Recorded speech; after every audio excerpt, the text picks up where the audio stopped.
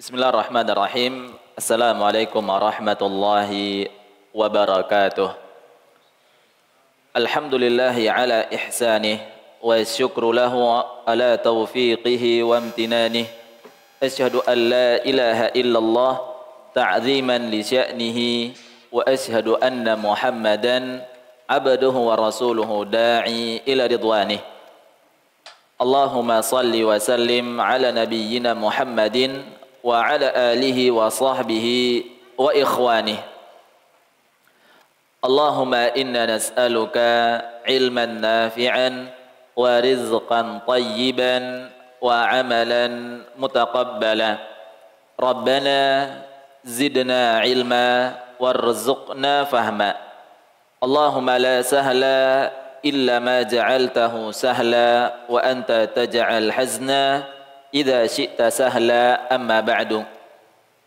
Kaum muslimin dan muslimah, ahibbai at-talabah, segala puji hanya milik Allah Subhanahu wa taala, berkat rahmatnya dan juga beserta karunia-Nya. Allah Subhanahu wa taala memberikan kepada kita semua limpahan rahmatnya dan juga beserta karunia-Nya. Dan kita sebagai hambanya sudah sepantasnya untuk terus-menerus bersyukur kepada Allah Subhanahu wa taala. Dan juga kita bersalawat kepada Nabi kita Nabi Muhammad sallallahu alaihi wasallam. Kaum muslimin dan muslimat dirahmati Allah Subhanahu wa taala, pada malam hari ini kita melanjutkan kajian kita di Kitab Tauhid atau Mulakhas fi Syarhi Kitab Tauhid, karya dari Syekh Muhammad bin Abdul Wahhab yang disyarah oleh Syekh Saleh Al-Fauzan hafizahullahu taala. Kita masuk di bab yang ke-14. Bab yang ke-14 adalah bab yang dicantumkan oleh Syekh Muhammad bin Abdul Wahhab rahimahullahu taala tentang bahwasannya tidak ada seorang pun yang berhak disembah selain Allah Subhanahu wa taala. Kalau di kitab aslinya memang di sini Syekh Muhammad bin Abdul Wahhab rahimahullahu taala tidak mencantumkan babnya, apa nama babnya. Akan tapi kalau kita melihat isi dari bab ini adalah bab yang menjelaskan tentang apa? Tentang bahwasannya tidak ada seorang pun yang berhak disembah kecuali Allah Subhanahu wa taala. Ya, sebagaimana biasanya, tafadhal. Bismillah. Ahsanallahu ilaikum. Fi kitabihi Kitabut Tauhid fi qouli babun في قول الله تعالى أعوذ بالله من الشيطان الرجيم أيشركون ما لا يخلق شيئا وهم يخلقون ولا يستطيعون لهم نصرا ولا أنفسهم ينصرون. Nah,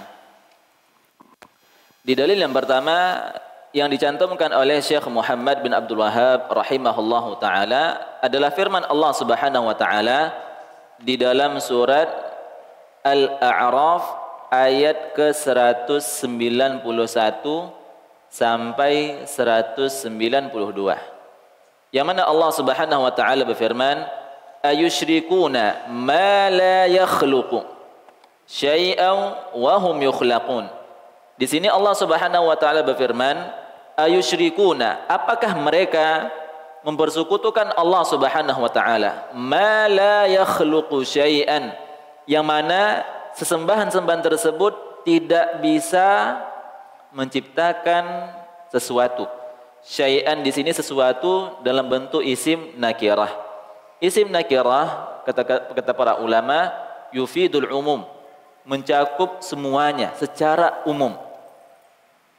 Wahum yukhlaqun, dan berhala-berhala tersebut mereka tidak bisa menciptakan sesuatu apapun dan berhala-berhala tersebut atau sesembahan-sesembahan tersebut mereka itu diciptakan. Wala yastati'una lahum nasra, dan sesembahan-sesembahan tersebut tidak mampu dan tidak akan pernah mampu memberikan nasra, memberikan pertolongan.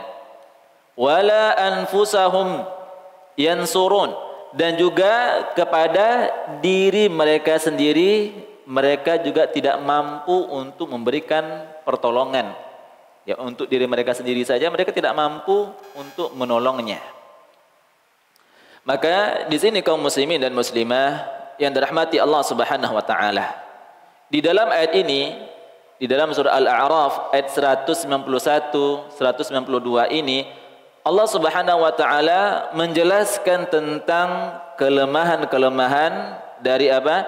Dari sesembahan-sesembahan yang disembah oleh kaum musyrikin. Yang pertama, di sini Allah Subhanahu wa taala menjelaskan kelemahan pertama adalah apa? Ayusyrikuna ma la yakhluqu syai'a. Bahwasannya sesembahan yang mereka sembah tersebut tidak bisa menciptakan sesuatu apapun. Jadi kelemahan yang pertama adalah apa? Bahwasannya sesembahan yang mereka sembah mereka tidak mampu untuk menciptakan sesuatu apapun.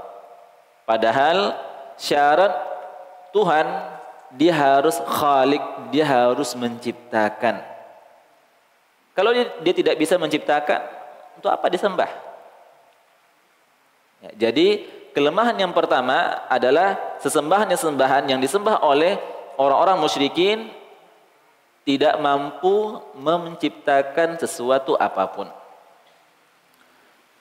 Bahkan kaum muslimin dirahmati Allah Subhanahu wa taala, di dalam ayat yang lain, di dalam surah Al-Hajj ayat 73, Allah Subhanahu wa taala menjelaskan tentang bahwasannya kalau ada sesembahan yang disembah yang terkuat, yang memiliki kekuatan yang besar, berhala yang mereka meyakini memiliki kekuatan yang besar, bahkan hal yang paling kecil pun tidak bisa dia ciptakan.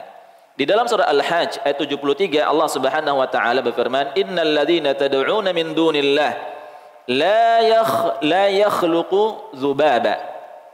Sungguhnya orang-orang yang mereka berdoa kepada selain Allah Subhanahu wa taala, la yakhluqu dzubaba, tidak akan pernah mampu menciptakan seekor lalat sekalipun. Ya, kita melihat seekor lalat adalah suatu yang simpel, itu pun tidak bisa diciptakan. Dan apa kata Allah Subhanahu wa taala di dalam surah Al-A'raf Al-Hajj ayat 73 ini, walau jitama'u lah, walaupun mereka bersatu padu, walaupun mereka bersemuanya bersama-sama bersatu untuk menciptakan seekor lalat pun tidak akan pernah mampu. Ini semua kita, satu bumi ini bersatu kita untuk menciptakan satu makhluk pun tidak akan bisa. Sudah bersama-sama pun tidak akan bisa. Maka di sini Allah Subhanahu wa taala menegaskan bahwasannya kelemahan pertama dari sesembahan yang mereka sembah, sesembahan tersebut tidak bisa menciptakan. Tapi Ustaz, ada mereka yang menyembah dewa-dewa yang mereka yakini bahwasannya dewa-dewa tersebut menciptakan. Itu hanya sekedar kisah belaka, hanya anggapan-anggapan mereka. Realitanya tidak demikian. Bahwasannya apapun yang mereka sembah tidak akan pernah mampu untuk menciptakan sesuatu apapun, walaupun hal yang paling kecil. Ya, termasuk di antaranya adalah lalat. Ya, lalat yang kita menganggap itu adalah hal yang ringan, hal yang remeh, tidak bisa diciptakan. Karena kalau kita teliti bagaimana kesempurnaan ciptaan Allah Subhanahu wa taala, lalat pun luar biasa penciptaannya. Bagaimana Rasulullah SAW memerintahkan jika seekor lalat masuk ke dalam air minum kita, Apa yang harus dilakukan, Mbak? Apakah kita buang langsung? Dan celupkan. Kenapa? Karena itu ada perintahnya. Padahal secara logika kita tahu bahwasannya lalat hinggapnya di mana, Pak? Di bunga. Di tempat-tempat yang kotor. Secara logika, ya, lalat adalah hewan yang kotor.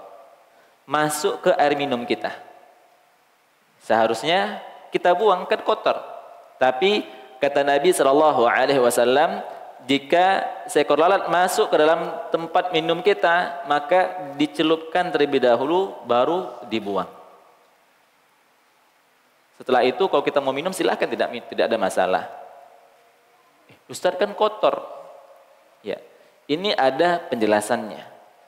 Dan kita kaum muslimin dirahmati Allah Subhanahu wa taala sudah disetting segala sesuatu yang berasal dari Rasulullah sallallahu alaihi wasallam kita harus ikuti. Sami'na wa ata'na. Kita harus ikuti tanpa ada sedikit pun kemaksiatan, tanpa sedikit pun kita membantah. Selagi itu datang dari Rasulullah SAW, yang kita harus lakukan adalah sami'na wa ata'na. Kami dengar, kami taati. Bukan sami'na wa asaina. Kami dengar tapi kami ingkari, tidak. Tapi Ustaz, secara logika kan tidak demikian. Ya, kaum muslimin dirahmati Allah Subhanahu wa taala, di dalam syariat Islam kita harus tunduk kepada syariat. Ya, bukan akal yang mengikuti syariat, tidak. Tapi ya, syariat, akal harus mengikuti apa yang dijelaskan oleh syariat, bukan dilawan. Karena banyak hal yang kita secara akal tidak masuk, tidak logis rasanya. Tapi itu adalah perintah, maka kita harus yakin, maka kita harus imani dan harus kita kerjakan. Ternyata ada orang kafir, mereka mengadakan riset, mengadakan penelitian dari seekor lalat tersebut. Kok bisa agama Islam memerintahkan apa? Memerintahkan ketika lalat tersebut masuk ke air harus dicelupkan terlebih dahulu. Ternyata setelah riset memang terbukti. Ternyata dua sayap lalat tersebut memiliki fungsi yang berbeda. Satu membawa penyakit, satu penyembuhnya. Jadi ketika dicelupkan untuk yang kedua kalinya, maka dia mengeluarkan apa, Pak? Mengeluarkan penyembuhnya, penawarnya. Ya.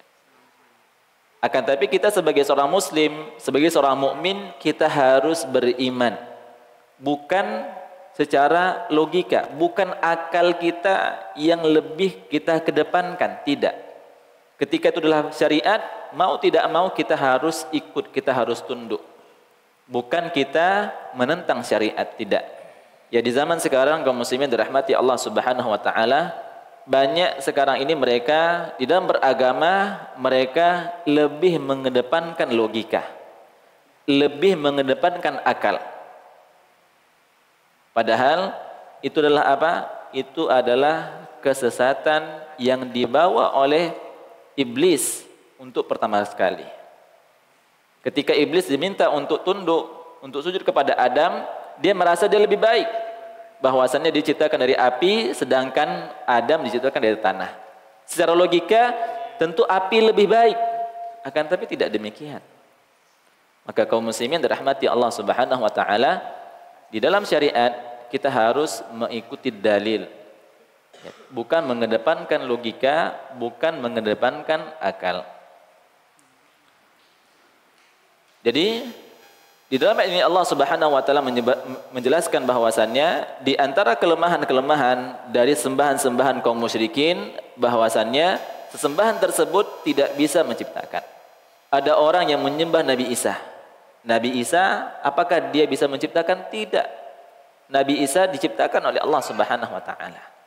Ada orang yang menyembah Nabi Muhammad, apakah Nabi Muhammad bisa menciptakan? Tentu jawabannya tidak. Ada orang yang menyembah wali, apakah wali tersebut bisa menciptakan? Tentu jawabannya tidak. Dan sesembahan-sesembahan yang lainnya. Yang kedua, di dalam ini Allah Subhanahu wa taala menjelaskan wahum yukhlaqun, bahwasannya sesembahan-sembahan tersebut tidak bisa menciptakan dan mereka diciptakan. Jadi kelemahan yang kedua, bahwasannya sesembahan-sembahan tersebut mereka diciptakan, bukan menciptakan. Ya, seperti apa? Ya, seperti patung. Ya, patung-patung, apakah patung tersebut yang menciptakan dirinya sendiri? Tidak, ada orang yang membuatnya. Ada orang yang menciptakan, yang menyembah wali, apakah wali tersebut menciptakan dirinya sendiri? Tidak. Dia diciptakan oleh Allah Subhanahu wa taala. Jadi kelemahan dari sesembahan-sesembahan kaum musyrikin yang kedua adalah para sembahan tersebut mereka diciptakan. Bahkan ya patung sekalipun ketika dia diciptakan, ketika dia dibuat oleh pembuatnya, dia butuh kepada pembuat patung tersebut. Supaya apa? Supaya tetap dijaga, tidak dihancurkan, supaya tidak ada yang mengganggunya. Dia butuh kepada yang membuat patung tersebut.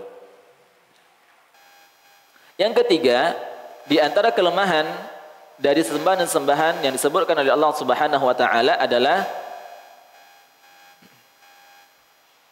wala yastati'una lahum nasra, dan sembahan tersebut tidak mampu memberikan pertolongan. Di dalam ini Allah Subhanahu wa taala menjelaskan bahwasannya Allah Subhanahu wa taala menggunakan kata-kata wala yastati'un, tidak mampu, bukan dengan apa? Wala yansurun, mereka tidak menolong. Karena pada dasarnya mereka itu sesembahan-sesembahan tidak akan mampu memberikan pertolongan meskipun seandainya mereka ingin menolong. Jadi kaum muslimin dirahmati Allah Subhanahu wa taala, bahwasannya sesembahan-sesembahan yang disembah oleh kaum musyrikin mereka tidak mampu untuk memberikan pertolongan. Ya wali fulan, tolong saya. Wahai berhala apa? Uzza, Manat, tolong bantu saya. Ya. Padahal berhala-berhala tersebut tidak bisa memberikan pertolongan. Atau sesembahan-sesembahan yang lainnya tidak akan pernah bisa memberikan pertolongan. Karena mereka tidak memiliki kemampuan untuk memberikan pertolongan. Yang keempat, Allah Subhanahu wa taala menyebutkan bahwasannya wala anfusahum yansurun, dan juga berhala-berhala tersebut tidak bisa memberikan bantuan, pertolongan atas diri mereka sendiri. Jadi yang keempat ini kaum muslimin dirahmati Allah Subhanahu wa taala, bahwasannya sesembahan-sembahan tersebut tidak bisa memberikan bantuan kepada dirinya sendiri. Ini menunjukkan bahwasannya mereka para sesembahan-sesembahan benar-benar dalam kondisi yang sangat-sangat lemah. Diri mereka sendiri saja tidak bisa mereka tolong. Bagaimana mereka ingin menolong orang lain? Bagaimana mereka ingin membantu orang lain? Diri mereka sendiri saja tidak bisa mereka bantu. Ini menunjukkan bahwasannya berhala-berhala atau sesembahan-sembahan yang mereka sembah itu betul-betul dalam kondisi sangat-sangat lemah sekali. Maka di sini kaum muslimin dirahmati Allah Subhanahu wa taala, semua sembahan selain Allah Subhanahu wa taala terdapat pada dirinya keempat sifat ini. Jadi empat sifat ini semuanya dimiliki oleh Allah Subhanahu wa taala. Allah Subhanahu wa taala yang menciptakan, Allah Subhanahu wa taala yang menciptakan lainnya, dan Allah Subhanahu wa taala yang memberikan pertolongan, dan Allah Subhanahu wa taala mampu untuk melakukannya.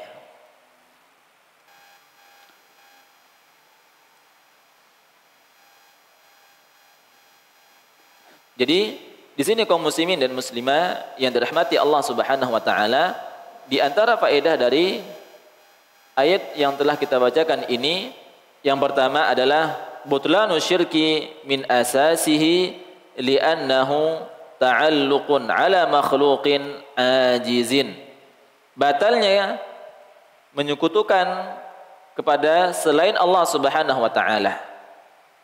Kenapa? Karena seorang yang melakukan kesyirikan, yang bergantung kepada kesyirikan kepada Allah Subhanahu wa taala, sejatinya dia betul-betul bergantung kepada makhluk yang sangat lemah. Ya, kaum muslimin dirahmati Allah Subhanahu wa taala, kita dalam kondisi yang terjepit, dalam kondisi yang sulit, kita butuh bantuan, butuh pegangan. Tentu kita mencari pegangan yang kuat, bukan pegangan yang lemah. Ya misalkan, ya Pak Ketua misalkan pergi berenang di sungai, mau terbawa arus. Datang Pak Haji menyiapkan tali rafia. Ya tentu pegangannya tidak kuat. Kalau disiapkan kayu atau tali tambang, tentu pegangannya akan kuat.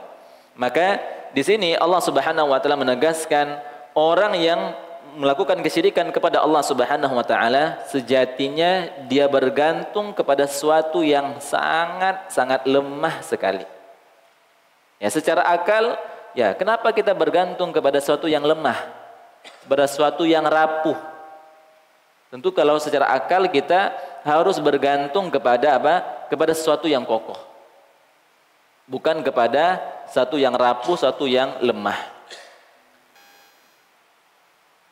Lalu yang berikutnya, yang kedua, annal khaliqa huwal mustahiqqu lil ibadah. Bahwasannya al-khaliq yang menciptakan, dia berhak untuk diibadati. Jadi kaum muslimin dirahmati Allah Subhanahu wa taala, yang menciptakan dia berhak untuk diibadahi, untuk disembah. Adapun yang tidak bisa menciptakan, dan memang tidak ada yang bisa menciptakan selain Allah Subhanahu wa taala, maka tidak boleh kita beribadah kepadanya. Kalau seandainya ada Tuhan selain Allah Subhanahu wa taala yang bisa menciptakan, maka kewajiban kita adalah apa? Untuk beribadah kepada Tuhan tersebut. Kenapa? Karena dia bisa menciptakan. Akan tetapi faktanya, realitanya tidak ada yang bisa menciptakan kecuali Allah Subhanahu wa taala. Yang ketiga, faedah dari ayat ini adalah al-istidlalu bi tauhid ar-rububiyah ala tauhidil uluhiyah. Kita beristidlal, mengambil dalil dari tauhid rububiyah atas tauhid uluhiyah. Apa maksudnya nih jemaah? Apa maksudnya nih, Pak? Tauhid rububiyah melazimkan tauhid uluhiyah. Apa maksudnya? Nah, gimana Pak? Pak Ketua. Tauhid rububiyah melazimkan tauhid uluhiyah. Apa maksudnya itu Pak? Tauhid rububiyah apa Pak? Berhubungan dengan af'alullah, perbuatan Allah Subhanahu wa taala. Adapun tauhid uluhiyah, perbuatan hamba. Apa maksudnya di sini? Tauhid rububiyah melazimkan tauhid uluhiyah. Gimana Zat? Apa maksudnya? Tauhid rububiyah melazimkan kita kepada tauhid uluhiyah.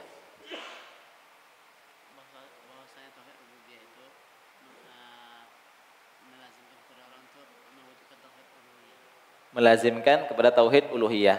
Contohnya gimana Zat? Seorang meyakini bahwasanya Allah Subhanahu wa taala yang menciptakan langit dan bumi, menciptakan langit dan bumi. Tauhid uluhiyahnya bahwasanya kita yang diciptakan Allah, kewajiban kita adalah beribadah kepada Allah. ya. Jadi kita yang diciptakan oleh Allah Subhanahu wa taala, maka wajib untuk kita ibadati itu hanya Allah. Masya Allah. Fadhal Zat.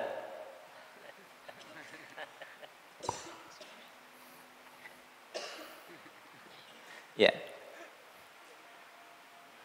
Jadi kaum muslimin dirahmati Allah Subhanahu wa taala, tauhid rububiyah melazimkan tauhid uluhiyah adalah apa? Allah Subhanahu wa taala yang menciptakan kita, maka kewajiban kita adalah beribadah hanya kepada Allah Subhanahu wa taala. Ya, seperti contoh yang lainnya, kalau ada orang tua yang namanya orang tua mesti dia memberikan yang terbaik kepada anaknya.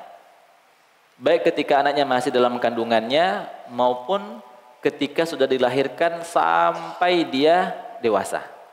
Dia berusaha memberikan yang terbaik kepada anaknya tersebut. Tahu-tahu sudah besar, sudah menikah, dia lebih berbakti kepada orang tua yang lain. Gimana kira-kira Pak? Ya, tentu ini adalah anak yang tidak berbakti, anak yang durhaka. Dia sudah diberikan yang terbaik dari kecil, tahu-tahu sudah besar dia malah lebih berbakti kepada orang tua yang lainnya. Tentu kita sangat marah. Atau ada seorang istri yang dinafkahi oleh suaminya, diberikan yang terbaik oleh suaminya, tapi dia lebih taat kepada yang lain. Maka ini namanya istri yang durhaka. Apalagi ini berhubungan dengan apa? Dengan penciptaan. Allah Subhanahu wa taala yang menciptakan kita dari yang tidak ada menjadi ada. Maka kewajiban kita adalah untuk beribadah hanya kepada Allah Subhanahu wa taala. Jadi ini makna dari tauhid rububiyah melazimkan kita untuk tauhid uluhiyah.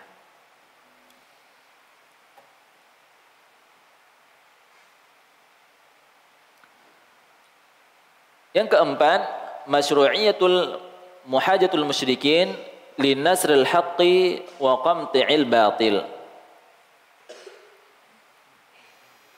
Disyariatkan bahwasannya bagaimana orang-orang musyrikin mereka butuh pertolongan kepada sesuatu yang benar dan menjauhi dari hal-hal kebatilan. Jadi orang-orang musyrikin mereka butuh kepada sesuatu yang bisa membantu mereka untuk meyakini hal sesuatu. Terkadang perlu kita berdialog dan berdiskusi tentang apa secara logikanya seperti apa. Sebagaimana dalam ini Allah Subhanahu wa taala menjelaskan bahwasannya kelemahan dari sesembahan-sembahan yang mereka sembah ada 4 perkara. Ya, bahwasannya sesembahan mereka tersebut tidak bisa menciptakan dan juga tidak bisa apa Pak? La yakhluqu syai'an, tidak bisa menciptakan dan mereka diciptakan. Tidak bisa membantu dan tidak bisa membantu dirinya sendiri. Ada 4 kelemahannya. Ya, kita lanjut ke dalil yang kedua. Nah, tafadhal. Ahsanallahu ilaikum. Wa fi qoulihi ta'ala a'udzu billahi minasyaitonir rajim.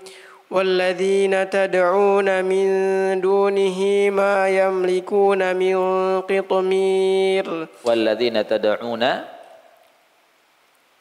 ulang lagi والذين تدعون من دونه ما يملكون من قطمير إن تدعوهم لا يسمعوا دعاءكم ولو سمعوا ما استجابوا لكم ويوم القيامة يكفرون بشرككم ولا ينبئك مثل خبير. Nah, di dalil yang kedua, kaum muslimin dan muslimat dirahmati Allah Subhanahu wa taala, Allah Subhanahu wa taala berfirman dalam surah Fatir ayat 13 dan 14. Walladzina tad'una min dunihi ma yamlikuna min qitmir. Dan sesembahan-sembahan yang kalian mohon, yang kalian berdoa kepada selain Allah Subhanahu wa taala, la yamlikun, tidak memiliki sesuatu apapun. Min qitmir, walaupun setipis kulit ari. Jadi jamaah dirahmati Allah Subhanahu wa taala, qitmir itu artinya adalah apa? Kulit ari yang menutupi biji kurma. Jadi biji kurma ada ya, apa namanya? Lapisan tipis, maka itu yang dinamakan dengan qitmir. Ya, qitmir itu yang melapisi biji kurma. Jadi Allah Subhanahu wa taala berfirman di sini, walladzina tad'una min dunihi. Dan sembahan-sembahan yang kalian berdoa kepada selain Allah Subhanahu wa taala, ma yamlikun, tidak memiliki apa-apa. tidak memiliki sesuatu apapun. Min qitmir, bahkan setipis kitmir pun tidak punya. Jadi jamaah yang dirahmati Allah Subhanahu wa taala, ini menunjukkan bahwasannya sesembahan tersebut betul-betul lemah, tidak memiliki sesuatu apapun. Ya, kalau kita ingin membantu orang lain, misalkan dari segi harta, kita harus memiliki harta terlebih dahulu. Ya, saking lemahnya sesembahan tersebut, bahkan dia tidak memiliki apa-apa walaupun selaput tipis yang ada di biji kurma. Jadi ini juga termasuk jamaah dirahmati Allah Subhanahu wa taala, betapa istimewanya bahasa Arab.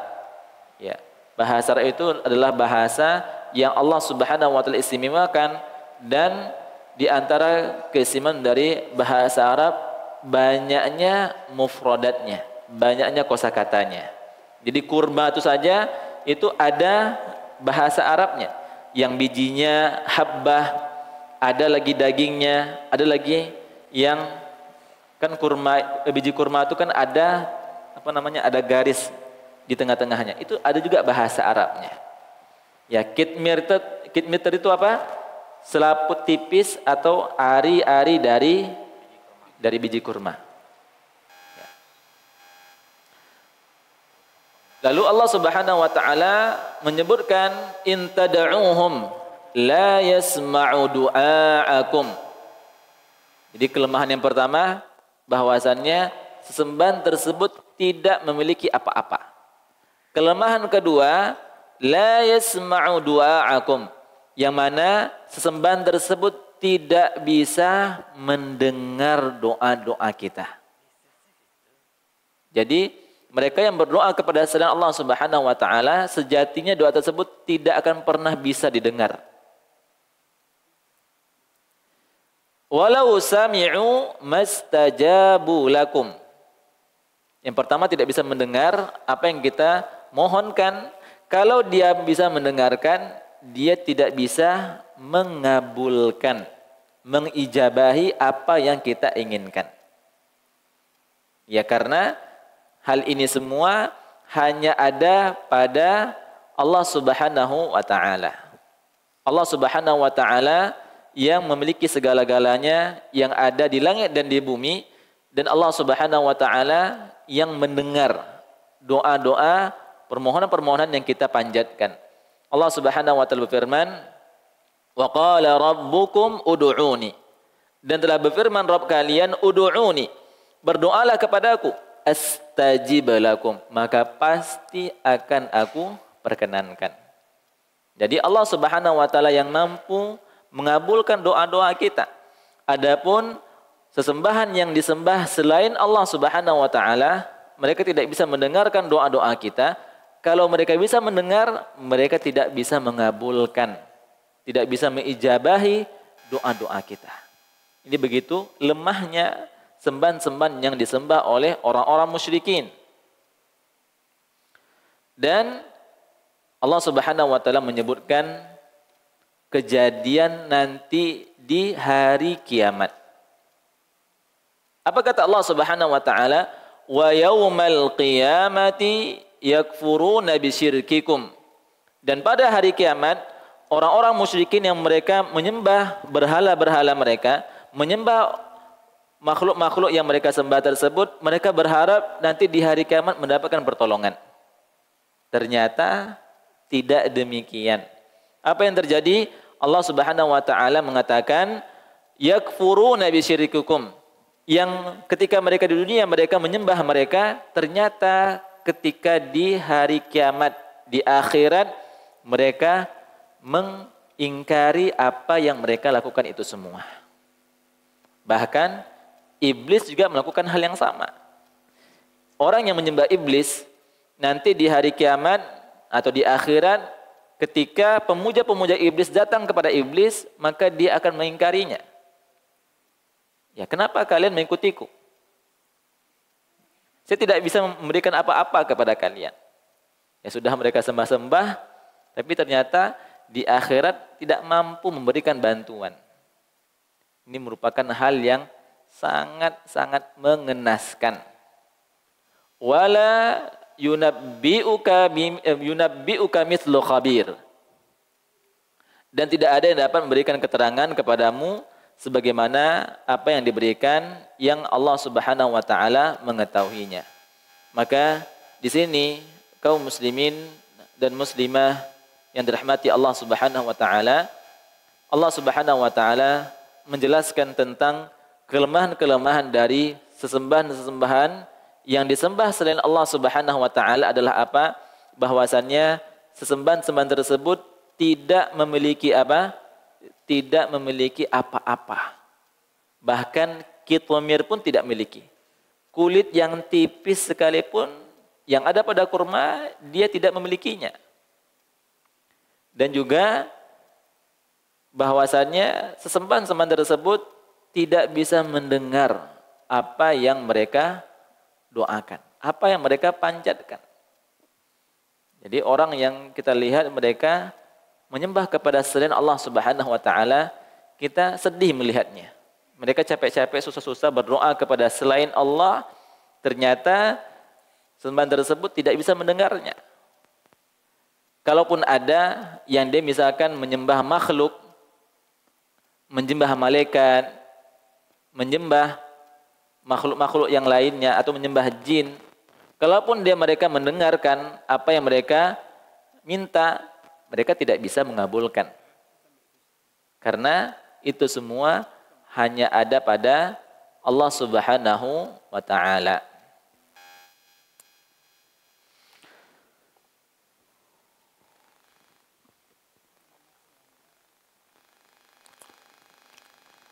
Lalu yang berikutnya di sini yang dicantumkan oleh Syekh Muhammad bin Abdul Wahhab rahimahullahu taala,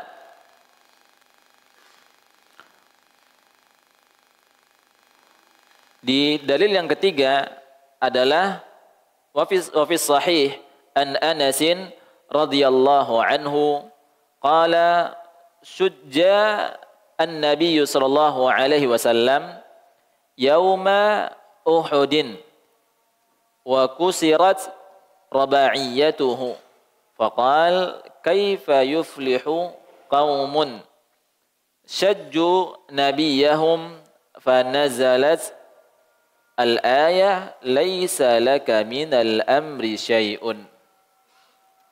Dalam sebuah hadis yang sahih yang dibawakan oleh Anas bin Malik radhiyallahu anhu, yang mana di sini beliau bercerita ketika perang Uhud. Ketika perang Uhud terjadi, yang mana Rasulullah sallallahu alaihi wasallam terluka kepala beliau. Lalu Rasulullah SAW menjelaskan bahwasannya pada perang Uhud tersebut wa kusirat rabaiyatuhu, yang mana gigi geram beliau itu pecah. Betapa dahsyatnya yang hal yang mengenai Rasulullah SAW di perang Uhud tersebut, bahkan gigi geraham beliau pecah. Faqala kaifa yuflihu qaumun syajju nabiyuhum. Maka kata Nabi SAW, bagaimana akan beruntung suatu kaum jika Nabi mereka celakai, mereka zalimi. Maka Allah Subhanahu wa taala menurunkan ayat laisa laka minal amri syai'un. Allah Subhanahu wa taala mengatakan kepada Rasulullah SAW, tidak ada hak apapun bagimu dalam urusan mereka. Ya, mungkin kita azan terlebih dahulu. Ya, silakan. Kaum muslimin dan muslimat dirahmati Allah Subhanahu wa taala, di dalam hadis ini Nabi sallallahu alaihi wasallam mendoakan kepada orang-orang yang melakukan keburukan kepada beliau dan para sahabatnya. Disebutkan dalam hadis yang lain, maksudnya adalah Rasulullah SAW mendoakan keburukan kepada siapa? Kepada 3 orang. Siapa mereka? Safwan bin Umayyah dan juga Suhail bin Amr dan Al-Harith bin Hisham. Karena 3 orang ini yang betul-betul mereka mencederai atau melakukan kezaliman kepada Rasulullah sallallahu alaihi wasallam dan juga para sahabat-sahabat yang lainnya. Jadi dalam hadis yang lain Rasulullah sallallahu alaihi wasallam ketika berdiri dari ruku, ini posisinya ketika salat. Yang mana Rasulullah sallallahu alaihi wasallam bersabda, "Allahumma al'an fulanan wa fulanan." Ba'da ma yaqul sami'allahu liman hamidah rabbana lakal hamd. Jadi ketika salat Nabi sallallahu alaihi wasallam bangun dari ruku. Jadi ketika apa tuh Pak? I'tidal ya. Ketika i'tidal bangun dari ruku Nabi sallallahu alaihi wasallam berdoa. Tentunya setelah membaca apa? Rabbana walakal hamd. Rasulullah SAW berdoa, Allahumma al'an fulanan wa fulanan. Ya Allah, laknatlah si fulan dan si fulan. Ya maksudnya si fulan ini adalah siapa? Safwan bin siapa? Safwan bin Umayyah, Suhail bin Amr, Al-Harits bin Hisham. 3 orang ini. Lalu apa kata Allah Subhanahu wa taala? Fa anzalallah laisa laka minal amri syai'un. Tidak ada hak apapun bagimu dalam urusan mereka. Jadi di sini kaum muslimin dan muslimah yang dirahmati Allah Subhanahu wa taala. Yang pertama, kita diperbolehkan untuk berdoa di kapan, Pak? Di waktu sholat. Jadi ketika sholat kita boleh berdoa. Ya, karena sholat dalam artian bahasa adalah ad-du'a. As-salatu lughatan ad-du'a. Makanya berawal dari takbiratul ihram sampai salam semuanya adalah apa? Adalah doa. Jadi boleh kita berdoa baik ketika sedang ruku, baik ketika kita sedang i'tidal, baik kita sedang sujud, baik kita berada duduk di antara 2 sujud, boleh kita berdoa. Tapi kapan? Setelah kita membaca zikir-zikir dari solat tersebut. Kalau ruku kita baca doa zikir ketika ruku. Setelahnya baru kita boleh berdoa. Sebagaimana di sini ba'da ma yaqul, setelah Nabi sallallahu alaihi wasallam berkata atau berdoa sami'allahu liman hamidah rabbana walakal hamd. Jadi setelah baca doa solat baru berdoa. Kalau sujud juga demikian. Akan tapi kata Rasulullah SAW untuk sujud dalam hadis yang khusus fa'aktsirud du'a fis sujud. Perbanyak doa ketika sujud. Karena ketika sujud itu adalah kondisi seorang hamba dekat dengan Rabb-nya. Maka perbanyaklah berdoa ketika sujud. Tapi jamaah dirahmati Allah Subhanahu wa taala, tidak dikhususkan di sujud terakhir. Ada orang yang dia apa? Yang dia lama di sujud terakhir. Misalkan kalau sholat maghrib di rakaat yang ketiga, ya sujud sebelum salam, dilamakan di situ. Apa alasannya? Untuk berdoa. Kalau dikhususkan maka ini tidak boleh. Karena mengkhususkan suatu ibadah membutuhkan dalil. Sementara tidak ada dalil yang khusus yang menjelaskan tentang apa? Tentang kita diperintahkan untuk berdoa ketika sujud terakhir, tidak ada. Yang ada adalah sujud secara umum. Di sujud pertama kah, yang kedua, yang ketiga atau yang keempat, tidak secara khusus. Lalu berikutnya adalah dalam hadis ini yang mana Nabi SAW mendoakan keburukan kepada mereka karena mereka telah melakukan hal-hal yang luar biasa kepada Nabi dan para sahabatnya, namun dengan bersamaan Allah Subhanahu wa taala menegur Nabi sallallahu alaihi wasallam atas doanya tersebut. Bahwasannya laisa laka minal amri syai'un, tidak ada hak apapun bagimu dalam urusan mereka. Jadi di sini kaum muslimin dirahmati Allah Subhanahu wa taala, pelajaran penting yang kita pelajari adalah apa? Bahwasannya petunjuk dan kesesatan itu bukan di tangan Rasulullah sallallahu alaihi wasallam. Nabi mendoakan laknat kepada mereka. Apa itu laknat? Jauhnya dari rahmat Allah Subhanahu wa taala.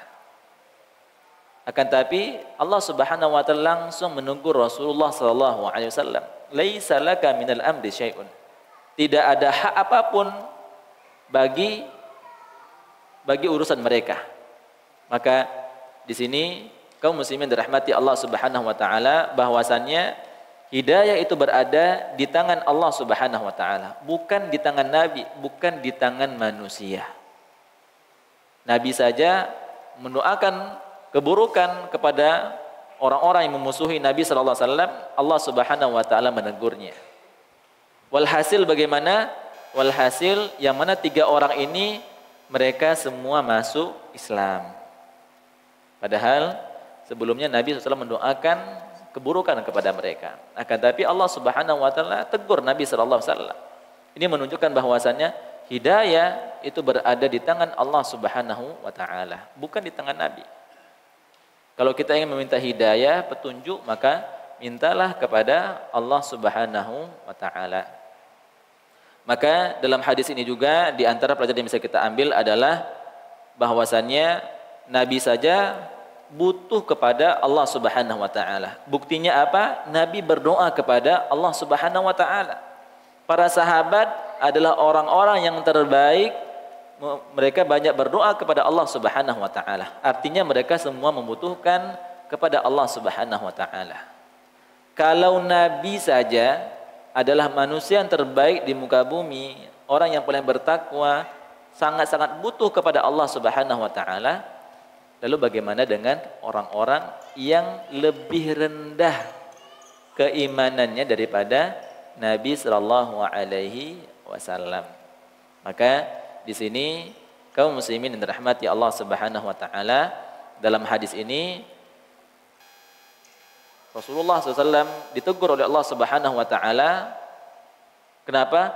Karena beliau berdoa keburukan kepada orang-orang yang menyakitinya. Dan ini sesuai dengan bab yang dicantumkan oleh Syekh Muhammad bin Abdul Wahhab rahimahullahu taala, bahwasannya orang yang menyembah kepada selain Allah Subhanahu wa taala, bahwasannya sesembahan tersebut tidak memiliki kekuatan, tidak memiliki kekuasaan atas diri mereka sendiri ataupun kepada orang lain. Mungkin ini yang bisa kita pelajari bersama. Insyaallah kita lanjutkan di pertemuan berikutnya. Kita ambil dalil keempat dan masuk ke bab yang baru. Barakallahu fikum, subhanakallahumma wa bihamdika asyhadu an la ilaha illa anta astaghfiruka wa atubu ilaik. Assalamualaikum warahmatullahi wabarakatuh.